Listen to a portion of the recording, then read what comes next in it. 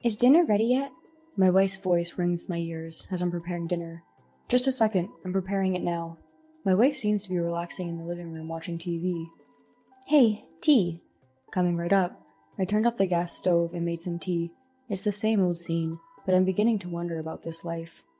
My name is Jack, married for 27 years, 50 years old. My wife is 4 years older than me and used to be my boss at work. As my boss, it was natural for my wife to tell me to do stuff, even at home. My wife wanted me to be a stay-at-home dad, which was unusual at the time.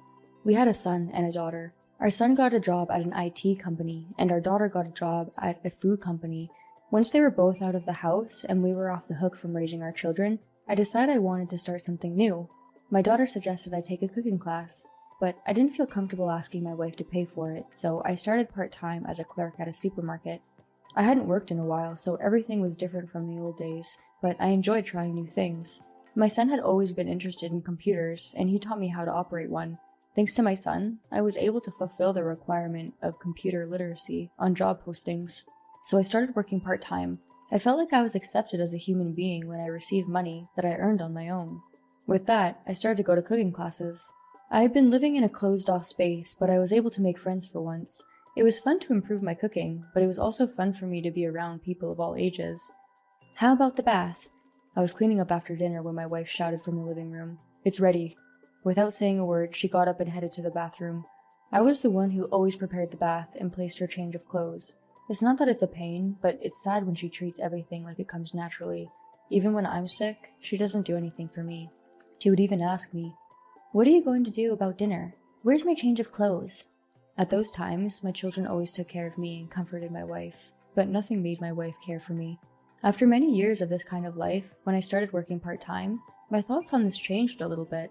When I told my wife that I wanted to take a cooking class, she gave me permission under one condition, that I should not neglect the housework. I had no problem with that, but I don't think it's fair to say that my cooking skills won't change just because I went to a cooking class once. If I could get that good at cooking just by going to a cooking class once, they'd have no business. Then I realized that my wife doesn't like the idea of me starting something new. I kind of realized that she wants to look down on me as I stay as an at-home dad who can't do anything. This is when I began to wonder if I could be alongside my wife for the remainder of my life, who I barely have a conversation with. The children have left our house, and it's just me and my wife in this space. I feel strangely cramped, even though the number of people in the house has decreased. Hey! As I'm standing in the kitchen, my wife calls me. I haven't heard her call my name in decades. I look up and she points to a corner of the room. "It's not clean enough. If you keep playing around and neglecting your chores, why don't you just get out of here?" It's not new for my wife to say that I could leave. I wasn't even working when we were raising our child, so I never thought about leaving. But now it's different. It was my first time arguing back. "There's a vacuum cleaner right there. If it bothers you, why don't you clean it?" Then my wife suddenly started to get angry. "You're a stay-at-home dad. How dare you talk to the head of the family? I can't believe you." With that, she left the living room. I sigh, and after a while, I hear the front door open, so I guess she went out somewhere. Stuff like stay-at-home dad and head of the family, it's also old-fashioned when you think about it. I guess she didn't expect me to argue with her. After a while, my wife came home. She suddenly pushed a piece of paper into my hand. "You can just fill this out and leave if you want, you know." I took the divorce papers from my wife, and it looks like she had already filled it out. Just one rebuttal, and we're divorced. But I thought that if my wife says so, I would be willing to. However, I tried to calm down. Let me think about it for a while. I took the divorce papers and went to the bedroom. I don't know how long I've been thinking about it, but before I know it, it's already evening. I was thinking about going to bed at this point. "Hey, what's wrong? Where's dinner?" I hear my wife's voice. "What do you mean? You're asking for dinner from the person you gave divorce papers to?" She opens the bedroom door to check on me. I sigh. "Maybe you won't be having meals if we get a divorce." And she says, "Well, maybe it's not good for me to be without you then. Now that I'm letting you live here, can you hurry up and get dinner ready?" There are some words that discomforted me, but if I ignore this, she'll keep on asking me if the food is ready yet, so I heated up a leftover dish in the microwave and placed it in front of my wife. The next day, my wife comes home in a strangely happy mood. When I took her bag and her suit jacket, I smelled something unfamiliar. Was it men's perfume? But I didn't ask about it. If this was cheating, I was going to gather evidence and get a divorce. I had been suspicious before, but this was the first time I thought of probing into my wife's affairs. I quickly found evidence of the affair in the form of emails and photos. A month later, things took a turn. When I came home from a cooking class, the house phone was ringing. When I answered, it was the police, saying that my wife had been in an accident and had been taken to the hospital. She was supposed to be at work today, but the place where she said she had an accident was in a completely different direction. I suspected fraud, but I rushed to the hospital where I was told to go. Just to be safe, I called my son and daughter and asked them to come as well.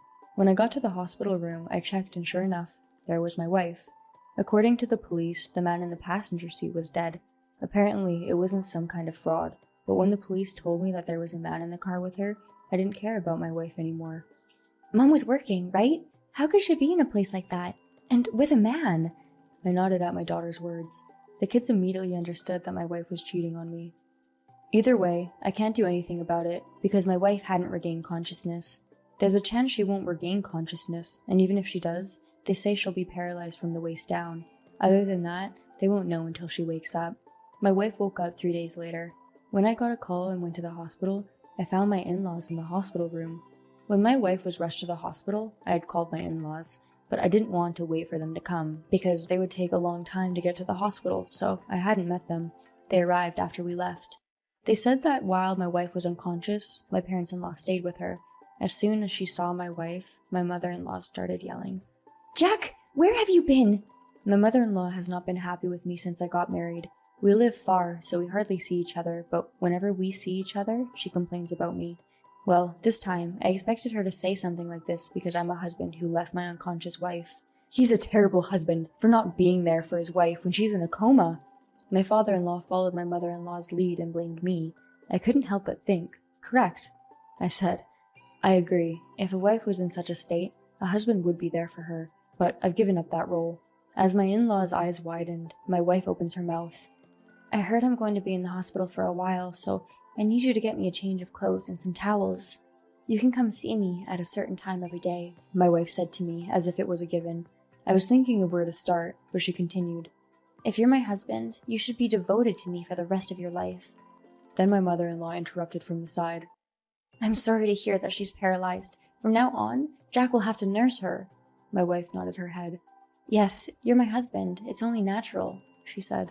When I heard those words, I said with a straight face, What are you talking about? I won't do that because you're a stranger. What? My wife and in-laws look at me. I'm not your husband anymore. I won't do it. You've got some nerve being so brazen about being caught cheating on your husband in an accident, even though you told me it was work. You actually took a paid trip to a hot spring with your affair partner. Unbelievable. I wasn't sure how my in-laws knew, but now that I explained the situation, they must have realized. Then my father-in-law speaks, the most outrageous words. An affair or two doesn't hurt, does it? Yes, you must be proud of yourself to have such a popular wife. It was my mother-in-law who had obviously missed the point. At that moment, the door to the hospital room opened. That's the worst thing you could say, Grandma and Grandpa, my daughter said, with my son behind her. Apparently, they had heard everything. So now, all the actors are here. I start telling them the whole story. You started having an affair 3 years ago. I heard that the other party was a company executive. When you visited his house to celebrate his promotion, you got to know him. How dare you make a move on an executive? The man who was riding with my wife is dead. The man's wife and the police asked me what happened, and as I kept in touch with them, I learned more specific information. I noticed my wife's face clearly changed. It's impossible for you to be in an accident with a man with whom you were having an affair, and nothing was found out. I've been aware of it for a long time, so I have all the evidence I need. Well, I'm going to talk to my lawyer about what I'm going to do now, so I'll leave you to it. The wife, who had clearly lost her color, suddenly started to panic. Wait a minute, what do you mean, a lawyer? I mean exactly what it is. I'm going to demand a full compensation for the affair and moral harassment. Well, how am I going to live? My wife only worries about herself all the time. I quit worrying about her. I've been treated like a housekeeper by my wife, who only demands for dinner, bath, and tea. Then she had the accident during her affair, and I didn't care for her anymore. Fortunately, I got the divorce papers with my wife's column filled in, so I went to the city office and filed the divorce papers without hesitation. I am no longer your husband, and I will not take care of you or devote myself to you in any way from now on. My son and daughter nodded their heads in agreement. I'm glad he decided to divorce her, my son said. That was the end of the conversation. As I was leaving the hospital room with my pale wife, my mother-in-law hurried and blocked the way. How can we possibly approve of a divorce like that? You're going to take care of her for the rest of her life. Do you understand? My mother-in-law yelled at me. And I couldn't help but say, I don't understand, with a straight face. Well, what is she going to do? She can't even walk. What about her bath? What about using the toilet? Who's going to take care of her? You're only capable of taking care of her, so don't talk nonsense and just do it. I kept a straight face. Why don't you take care of everything? I said. She seems displeased. So I said, please quit forcing me to do things I don't want to do.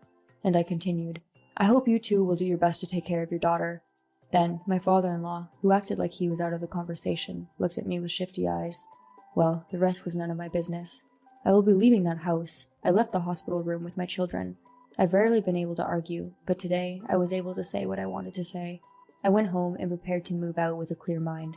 You should move in with me. I followed my daughter's suggestion and moved in with her.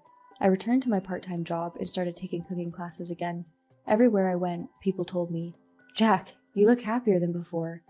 I used to be a housekeeper who didn't get paid, so it was natural for me to look a little gloomy. Now, I have a broader perspective, have more friends, and enjoy my days. As I declared, I have demanded my ex-wife to pay me alimony for cheating and moral harassment, and I have also been given a fair share of her property. Incidentally, the wife of the affair partner also found out about it, so his wife demanded alimony as well. My ex-wife, who became paralyzed on the lower half of her body, had a chance to be rehired by the company as a physically challenged person. However, she had an affair with a board member, and when it was revealed to others that she was partly the cause of his death, it became too difficult for her to stay at the company. Jack, please come back, my ex-wife says over the phone. I didn't ask her anything, but she started talking. My father and mother have been pushing each other to take care of me, and finally my mother left yesterday. My family is over her. She said this in a weak voice.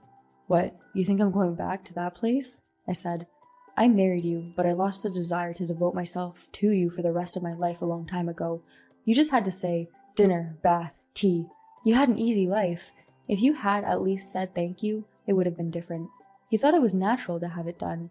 You may think you can't do anything now because of your physical disability, but you've always been incapable of doing anything yourself.